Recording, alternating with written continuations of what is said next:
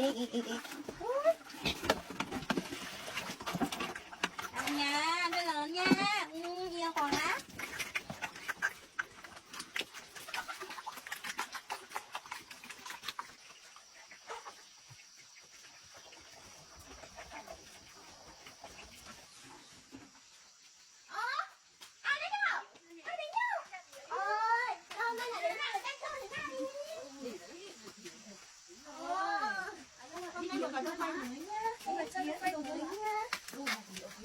Đẹp không?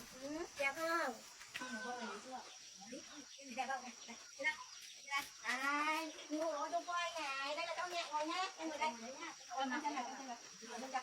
Ngồi ở đây chơi nha. Giờ đi lấy quả cho ăn nha. Chơi. Được chưa? Em thích không? Em thích không? Ở đâu hả? Cô thích không? Đi một cô đâu? Giờ chị mắc nha, kìa, thấy chưa? Này đẹp ô nè. Thích chưa?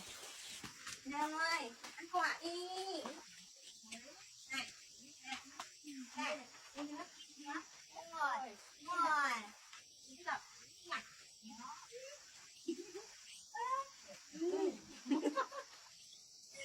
Đây, cho đây rồi. Thích không? Em không? Em không? Đấy. Chị nào cô à? Em đây tiệm ngồi chơi rồi nhá. Tiệm ngồi chơi rồi nhá. Đó, lợn vừa nuôi được 1 tháng đó. Thấy không? Để đi xem lợn đấy, để đi xem con lợn thì thay. Thấy không?